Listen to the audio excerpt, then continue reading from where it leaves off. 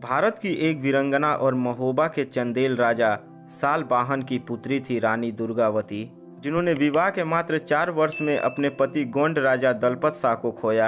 अपने पति की मृत्यु के बाद अपने पुत्र वीर नारायण को सिंहासन पर बैठाकर उसके संरक्षक के रूप में स्वयं शासन प्रारंभ किया।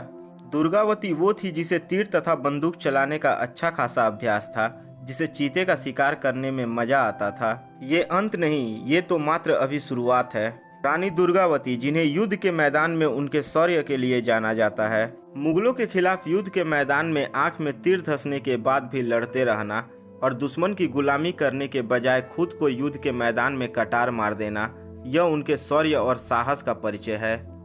तो चलिए दोस्तों, आज हम इसी वीरंगना रानी दुर्गावती के बारे में जानते हैं।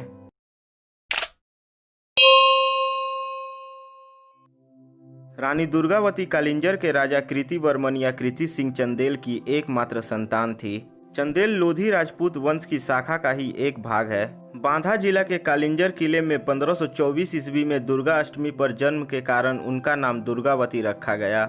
नाम के अनुरूप ही तेज साहस, शौर्य और सुंदरता के कारण इनकी प्रसिद्धि सब ओर फैलने लगी। दुर्गावती के मायके और ससुराल पक्ष की जाति भिन्न थी, लेकिन फिर भी दुर्गावती की प्रसिद्धि से प्रभावित होकर गोंडवाना साम्राज्य के राजा संग्राम शाह ने अपने पुत्र दलपत शाह मंडावी से विवाह करके उसे अपनी पुत्र वधू बनाया था। विवाह के 1 वर्ष पश्चात दुर्गावती का एक पुत्र हुआ, जिसका नाम वीर नारायण रखा गया। जिस समय वीर नारायण केवल 3 वर्ष का था, उनके पिता दलपत शाह की मृत्यु हो गई। दुर्गावती के ऊपर तो मानो दुखों का पहाड़ टूट पड़ा, परंतु उन्होंने बड़े धैर्य और साहस के साथ इस दुख को सहन किया। दलपत शाह की मृत्यु के बाद उनका पुत्र वीर नारायण गद्दी पर बैठा और रानी दुर्गावती उसकी संरक्षिका बनी और राजकाज स्वयं देखने लगी। वे सदैव प्रजा के सुख दुख का ध्यान रखती थी। चतुर और बुद्धिमान मंत्री आधार सिंह की सलाह और सहायता से रानी दुर्गावती ने अपने राज्य की सीमा बढ़ा ली। राज्य के साथ साथ उन्होंने सुसज्जित अस्थायी सेना भी बनाई और अपनी वीरता, उदारता, चतुराई से राजनीतिक एकता स्थापित की। उन्होंने अनेक मठ, कुएं और धर्मशालाएं बनाई। वर्तमान जबलपुर उनके राज्य का केंद्र था। उन्होंने अपने दासी के नाम पर चेरी ताल, अपने नाम पर रानी ताल और अपने दीवान आधार सिंह के नाम पर आधार ताल बनवाया। रानी दुर्गावती ने अपने पहले ही युद्ध में भारतवर्ष में अपना नाम रोशन कर लिया था। शेर शाह की मौत के बाद सूरत खान ने उसका कार्यभार संभाला, जो उस समय मालवागढ़ राज्य पर शासन कर रहा था। सूरत खान के बाद उसके पुत्र बाज बहादुर ने कमान अपने हाथों में ली, जो रानी रूपमती से प्रेम के लिए प्रसिद्ध हुआ था। सिंहासन पर बैठते ही बाज बहादुर को एक महिला शासक को हराना बहुत आसान लग रहा था, इसलिए उसने रानी दुर्गावती के गोंड साम्राज्य पर धावा बोल दिया। बाज बहादुर को रानी दुर्गावती को कमजोर समझने की भूल के कारण उसे भारी हार का सामना करना पड़ा और उसके कई सैनिक घायल हो गए थे। रानी दुर्गावती चंदेल का यह सुखी और संपन्न राज्य पर मालवा के मुसलमान शासक बाज बहादुर ने कई बार हमला किया, पर हर बार वह पराजित हुआ। बाज बहादुर के खिलाफ इस जंग में जीत के कारण आसपास के राज्यों में रानी दुर्गावती का डंका बज गया था। अब रानी दुर्गावती के राज्य को पाने के लिए हर कोई कामना करने लगा था। रानी दुर्गावती की योग्यता और वीरता की प्रशंसा अकबर ने सुना।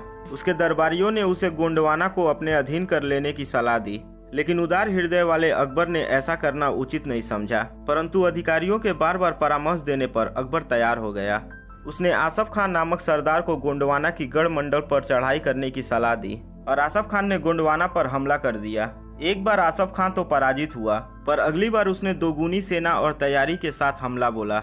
दुर्गावती के पास उस समय बहुत कम सैनिक थे।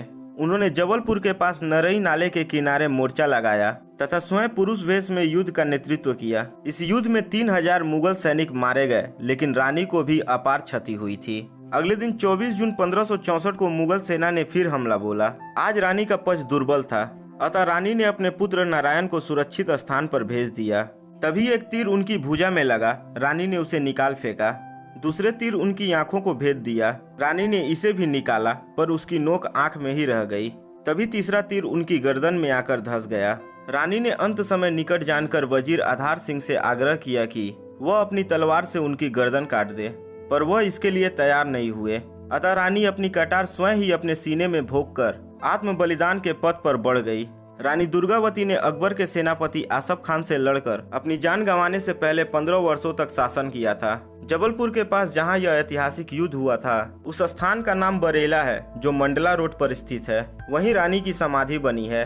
रानी दुर्गावती के सम्मान में 1983 में जबलपुर विश्वविद्यालय का नाम बदलकर रानी दुर्गावती विश्वविद्यालय कर दिया गया।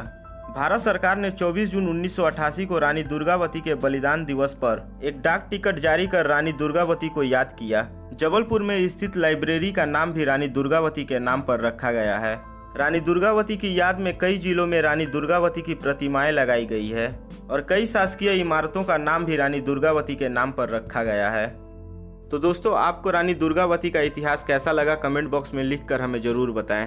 अगर यह वीडियो आपको अच्छी लगी हो तो वीडियो को लाइक करें, अपने दोस्तों को शेयर करें और अगर आप सूर्या टॉक चैनल पर नए हैं तो चैनल को सब्सक्राइब करके बगल वाले बेल आइकन को जरूर दबा दें ताकि आने वाली वीडियो आपको सबसे पहले मिले।